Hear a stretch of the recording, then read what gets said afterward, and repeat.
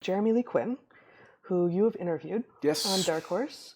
He is a journalist. Maybe you want to describe... Yeah, he is a freelance journalist who has done an immensely good job of placing himself in the place where history is unfolding multiple times now. He was actually on the ground at January 6th, among other things, Right.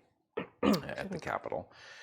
Anyway, he's interesting for a number of reasons. One, he is exceedingly good at being even-handed, right? His politics, he wears on his sleeve, but they do not impact the way he reports this. When somebody's being a fool, it doesn't matter which side they're on. He points to it and describes it very well. And he happens to be far left, right? He's far enough left that he describes himself as an anarchist. When pressed on it, he's not simply an anarchist. He has a rather nuanced understanding of anarchism and in what way it might be positive. I, of course, disagree with him on this, but nonetheless, he comes from the far left, but he has critiqued left and right with equal attention to detail in recent times, and so he was on the ground in Portland during our meltdown. What do you call a crack up? a nightly recurring riot that goes on for over 100 a third of a year? Yeah. I don't know what you call it, but in any case, he was there for that.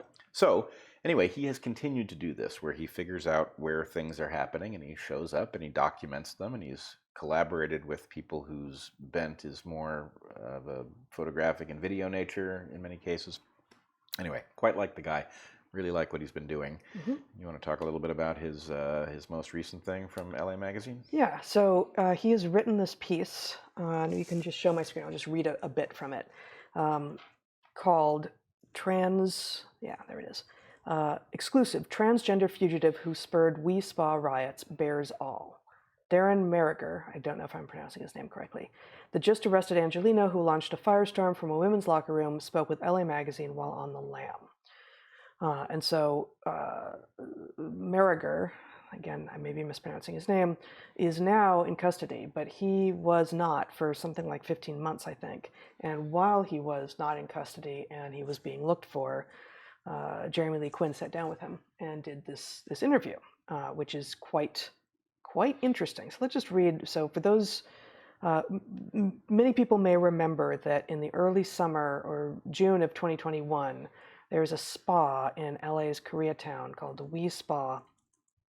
And it's not a women's spa, but it has like a women's floor and a men's floor. And I went onto their site. I don't remember. There's I've never been, but it's got sex segregated spaces, and there's also non-sex segregated spaces. But the locker rooms are sex segregated, and this dude walked into the women's locker room naked and into the hot tubs, I guess, in the women's segregated spaces, penis out, and got called to account for it. I think the first woman who said, "What are you doing here?" actually, she got escorted off the premises first. But then ultimately, he had indecent exposure charges thrown at him, and then he was a fugitive from justice for like 15 months. So as Jeremy Lee Quinn writes it, Darren Merriger, the transgender Angelino at the center of an indecent exposure row that began in the summer of 2021 at a Koreatown spa and then exploded into a national scandal, has been arrested in LA after 15 months on the lam. It was June 23rd, 2021 at We Spa in Wilshire and South Rampart when 52-year-old Merriger caused a near riot by exposing his, or was it her, penis to a locker room full of women. In September 2021, the LA County DA filed 5 felony counts of indecent exposure against Merriger, and since the Arcadia native has been the red-hot center of a huge blow-up over trans rights. Okay, so and then he does this interview. Quinn does this interview with Merriger, and it's quite remarkable. Merriger goes to the protests that are erupting about him, okay? But he goes as himself, which is to say he's a dude. He looks like a dude, just looks like a dude. And he goes and sits in his car, and he says, I was first contacted by a black female who then went and summoned a large group to confront me. It appeared to be a mixture of Antifa types as well as this black and pink group. he continues that they thought that he was a Proud Boy because he just looks like this big dude sitting in an Escalade. And they say, no, you're a Proud Boy. People like us don't drive Escalades. That's a new rule, apparently. It's assigned at birth. You will or you will not have access to Escalades. Yeah.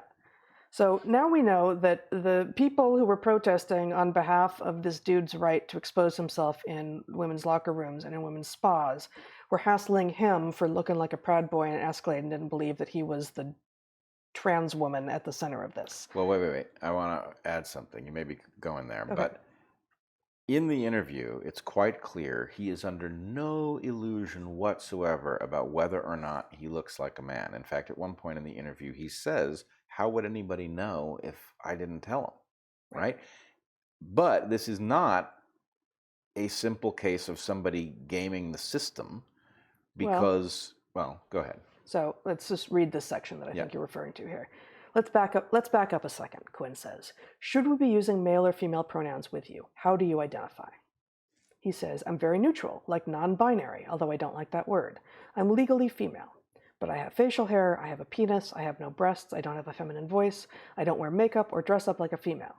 So imagine you're a grocery store clerk and you're bagging my groceries and you say, excuse me, sir. I mean, am I supposed to be offended? That'd be ridiculous. How would this person know?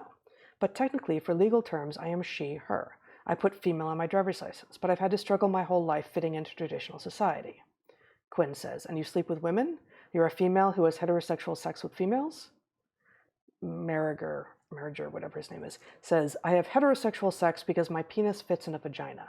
I don't tell women I'm with that I'm transgender because that's not my sex, so I'm not faking anything. Gender is internal, sex is external. He got his sex changed. He got his official designation changed because California law now allows you to do that just by saying, I've decided I'm a different sex. He is being somewhat precise in his language here, but the fact is that he is gaming the system.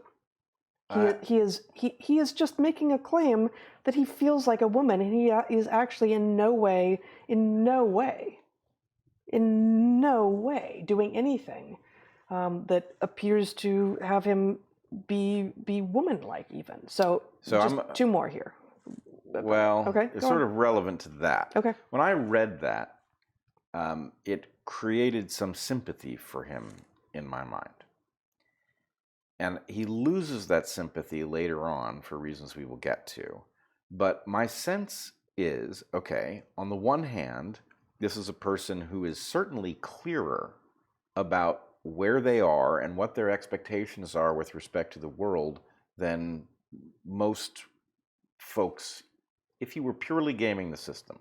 The idea that he has the right to be called she by some clerk who has no way of knowing might well be on the list of expectations. Here, he's saying, look, how would a clerk know? There's no outward sign. This is about an inward feeling. But my point is this. This person is confused. Most people are confused about many, many things. The number of people who do not have profound confusions running around in their mind is very small at the moment. I can't begrudge him taking the world at its word that if you feel differently inside, saying, okay, I am now female, and going to the lengths of changing your legal status, I don't see that as gaming the system. I see this as somebody who has taken what he's told are the new rules of the system and saying, this makes sense for me. Now, this strikes me as the most obvious case of someone who has seen what he can do. He literally has heterosexual sex with women. He's a dude who likes to have sex with women, and he does.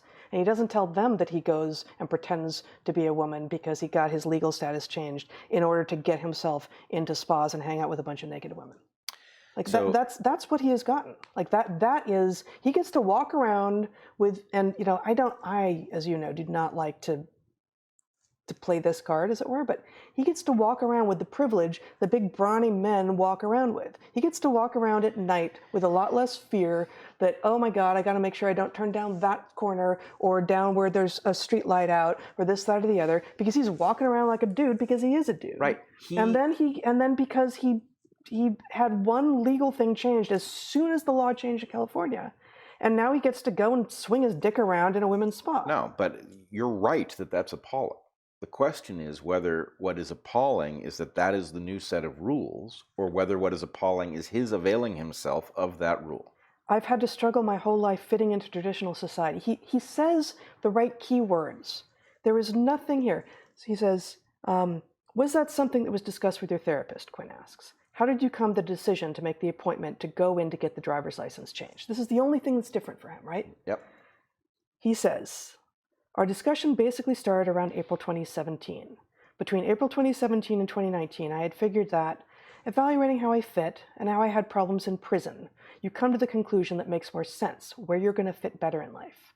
He's doing this because he doesn't want to be in a men's prison the next time he's arrested for being a criminal. Right. Perfectly rational. Perfectly rational, and having nothing. Like, why would you have compassion for a male criminal who knows he's going to end up in prison again for thinking ahead and putting all the women prisoners at risk instead? Because I believe in good governance, and I believe that it is our obligation to create a set of rules that is sensible, to have discretion built into the system for edge cases. Sorry, the dog just gave me a look like, what is your problem? Yeah, what is your problem? No, the dog and I know.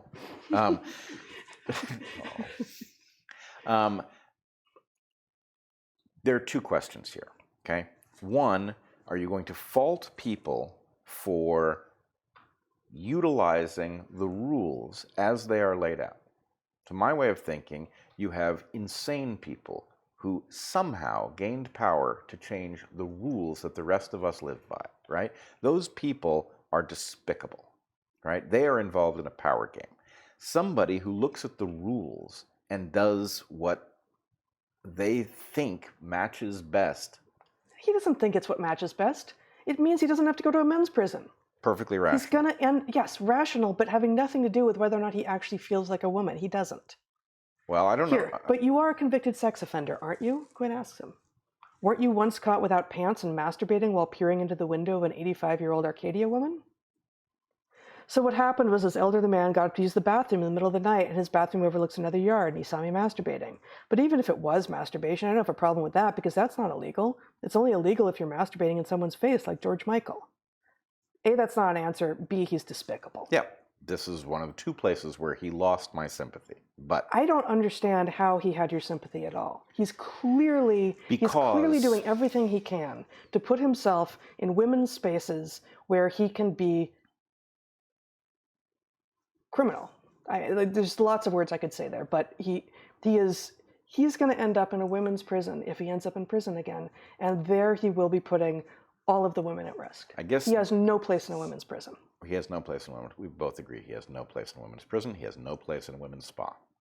Totally agree. However, the people who are really at fault here are the people who change the rules so that a guy like this has discretion. But he also has no confusion. He has no remorse. He says, look, I know I'm a dude. I have sex with women because, I mean, he walks us through it. Right. And then he just says, oh, yeah, because I haven't fit in life. Like, everyone doesn't fit in sometimes, dude. Look, you may be right that he's gaming the system, and I don't necessarily detect it. Nonetheless, you've got two possible worlds. You have a world in which we make rules that make sense, and everybody is held to them.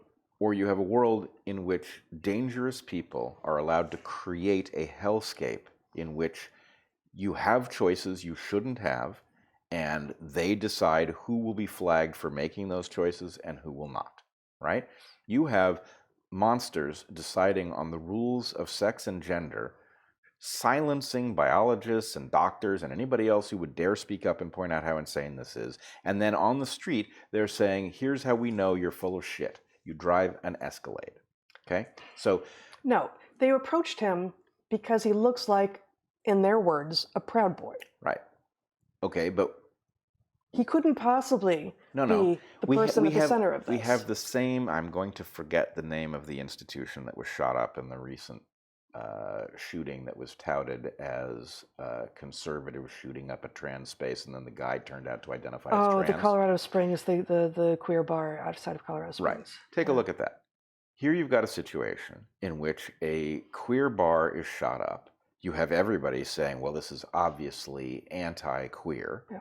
And then it turns out that the person who did the shooting identifies as queer. And the point is, well, we know he's not, right?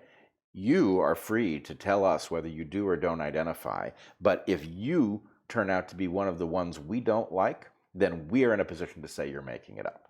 So I don't like a world in which discretion has anything to do with this, right? But, I mean, I guess it's all discretion.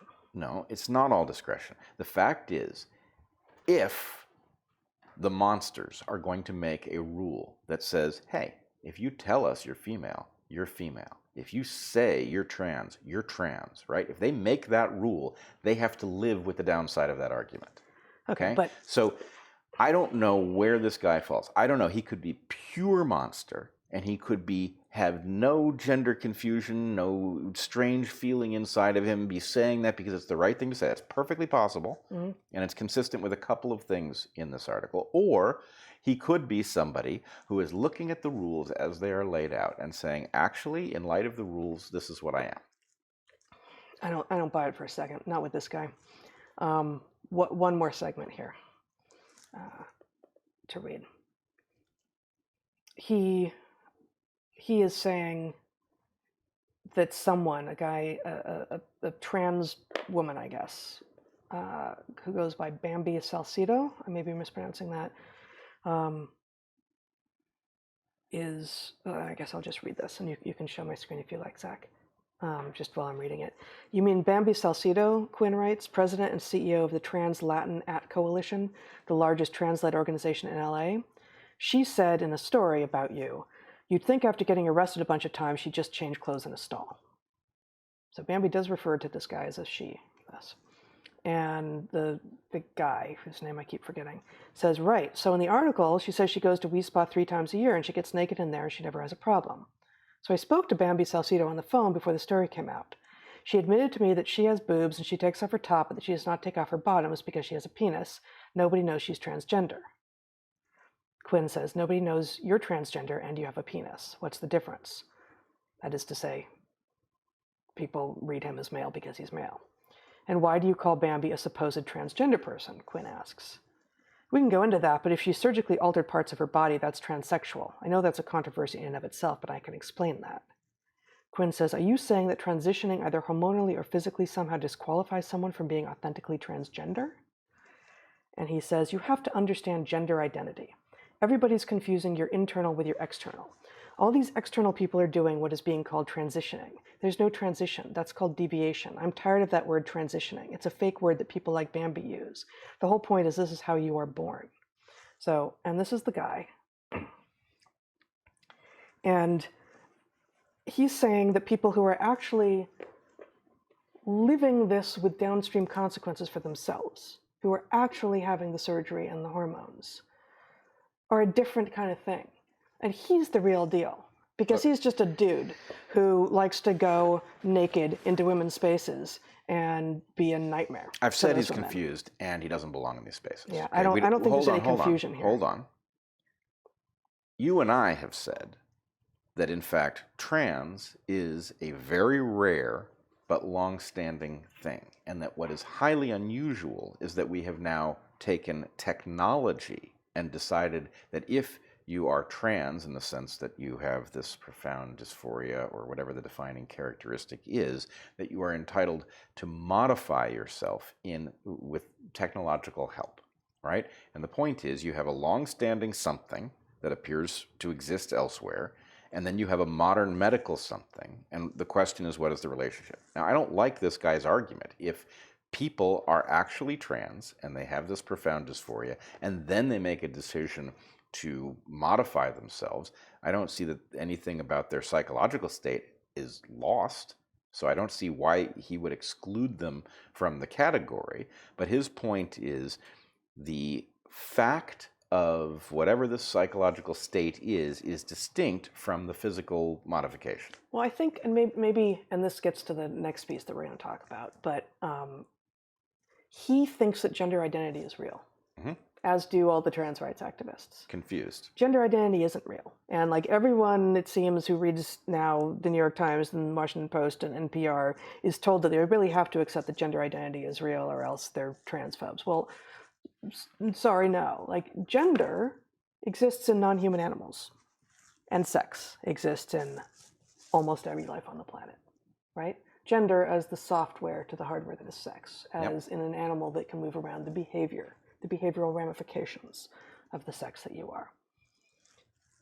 This guy's position, I have seen nothing, and this is the only piece I've read about him, but there is nothing anywhere in this piece that indicates anything about him actually feeling like a woman. Like, there's no evidence that he actually has the confusion in any way. Right. He just went to the DMV at the point that it became legal to do so and said, I know what I can do. I can continue to walk around and have sex with any straight woman who will have me as the man that I am, but then I also now get to enter women's spaces. So he gets it both ways, and isn't that a dream for him? Okay. So one more little section from this. Yeah. Okay. So one more section, Zach. Let's get back to Wee Spa, Quinn says. What brought you there that night? I re-injured my back in an unprovoked attack in Malibu. And I went to Wee Spa because it's the only place in town you can get hot and cold treatment, which is one of the best therapies you can get for anti-inflammation. Were you living near Koreatown? No, I was in the neighborhood. My local pool in the marina was closed for maintenance. Did you go to Wee Spa often? No, I've only been there twice. I had to do physical therapy every couple of days, and I roam a lot. Everything in that interchange says predator to me. Unprovoked attack in Malibu? Oh, it's about the hot and cold treatment, but he didn't go to his pool, which wouldn't have had either of those. Oh, because it was closed for maintenance. Oh, I don't live near there. I just roam a lot. Like, this guy is just, like, every female spidey sense part of me. Yep. It's like, oh no. You keep this guy out of women's prisons, out of women's spaces, out of everything having to do with single-sex spaces for women. You and I have zero disagreement about that, of course. My point is, the most dangerous people are the people who would set up a rule where this is a question. I'm not defending them. Well, but in effect, you are ending up in the same place that they are, where the point is, look, you're female if you say you're female, unless we say you're not. I'm not in the same place as them. Well, in some sense, you're not in the same. They never should have set that up. And this guy who looks like a predator is taking advantage of it. And I just there are arguments about bad tax laws that allow rich people to not pay enough taxes. Yep. And some honorable rich people say, you know what? I am simultaneously going to take advantage of the tax laws that shouldn't exist so that I don't have to pay as much taxes because I'd be foolish not to, but I'm also going to work to change those tax laws so that we can get a better world. Right. But this is just a predator taking advantage of a really bad situation, which was created by activists. It was created by activists, but the point is, those activists' de facto position is, you're female if you say you're female, unless we say you're not. And they say he's not. Okay? So I don't like accepting the second part of that formulation. The point is, the only place to solve this issue is at the, no, you're not female if you say you're female. Now, you may have to set a standard. Given that there are transsexuals, we do have to figure out what the standard is that decides whether or not your driver's license declares you female. I mean, how crazy is it? If you don't look female, the idea that your driver's license says you're female is not about how you feel, it's about how to pursue you if you commit a crime, right? It's a description of you so that we know who you are. If your, car rolls over and we need to identify you. If you've committed a crime and we need to find you. It's totally insane. We just got submitted a passport renewal for one of our sons this week. And now you can put X down. You can choose M for male, F for female, or X for either other or doesn't want to Decline to say. You shouldn't be able to say that on your passport. Your passport. This is about you should not be able to say that on your passport. Right, of course not. Of course not. So anyway, my position is, look, there is no excuse for this guy being in these spaces, but the idea that there's a rule that says you are what you say you are, right? But acknowledging that this guy's a predator who's behaving extraordinarily badly is not giving cover to the people who helped create the rules. Well, but the problem is that because this guy does not look female, right? Because he's not. Yes, but some people do look female who are not. Yeah. Okay. And they're So, also not. right, but the point is, there is a part of this that's like, there's nothing female about this guy, right? And the answer is, unfortunately, these insane people have created a rule in which that doesn't matter, right? And so as you know, Yeah. I'm not arguing for this guy's discretion to go into the women's spa, right? What I'm arguing is that the insanity is that we've created a rule, and what these people have done is they have created an exception to the rule that they don't even spell out, right? Who are you to question this person's sex? I'm a biologist, right?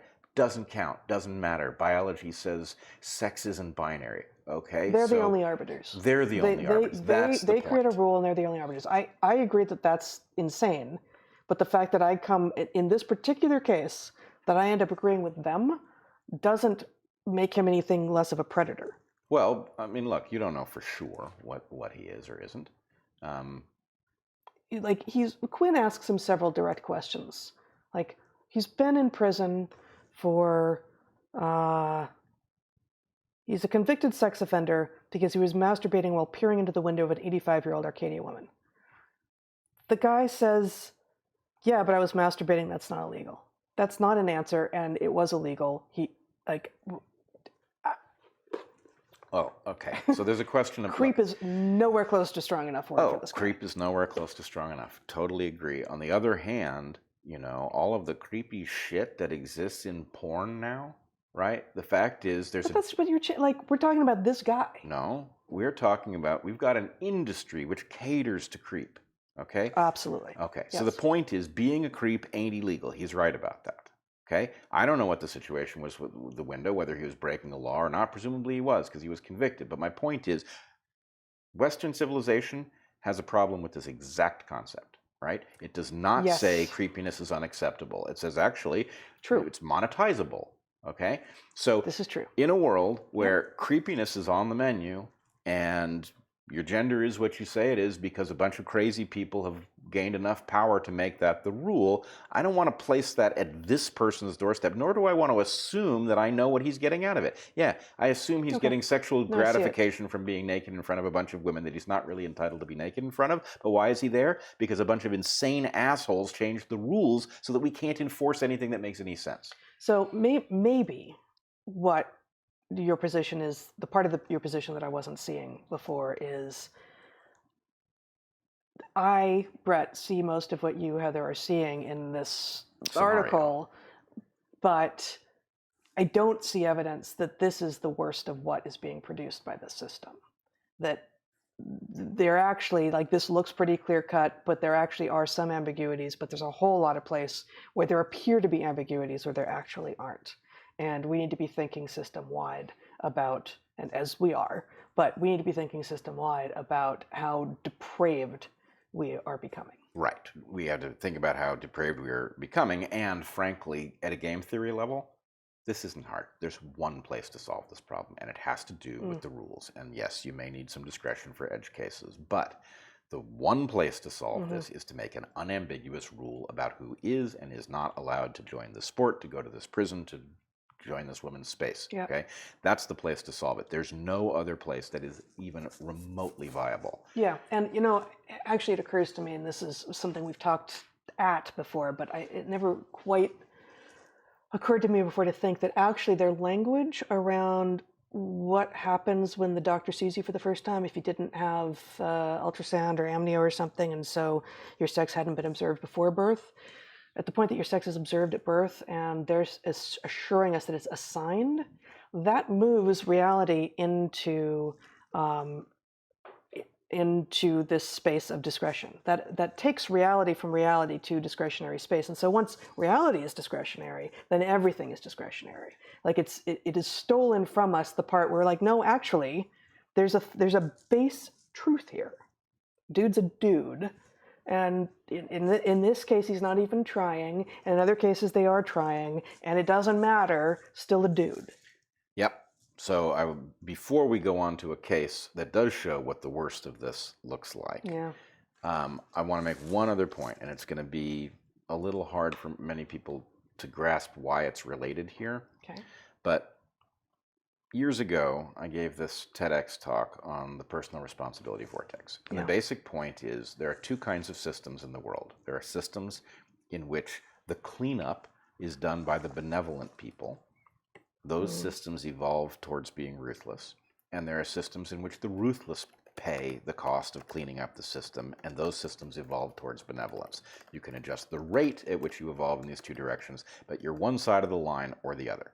So the idea that the place to enforce this is, but are you really trans, right? This is discretion, and we're going to doubt you and all of that, creates a hellscape, right? In which this is all going to be done based on selective enforcement and people's judgment and who has the power. The only place to create a system, you won't get everything you want out of the system. You won't protect every single person who's in need of protection. But the way to protect the maximum number of people from the various harms that actually threaten them is by structuring rules that are themselves sensible and then adjudicating those cases in which you cannot easily apply the rule using some sort of discretion where we know what the law was trying to do and we say, here's the best we can do in this case, right? So what I'm getting at is the hellscape in which this is discretionary is the one in which the good people pay, right? And just as we don't want to create tax law that's vague and have people, abide by it on their honor, we want to create tax law that's utterly unambiguous and make it so that the people who pay are the people who actually violate the rules, right? This is a case where you want good rules and then you want them enforced utterly without prejudice, right?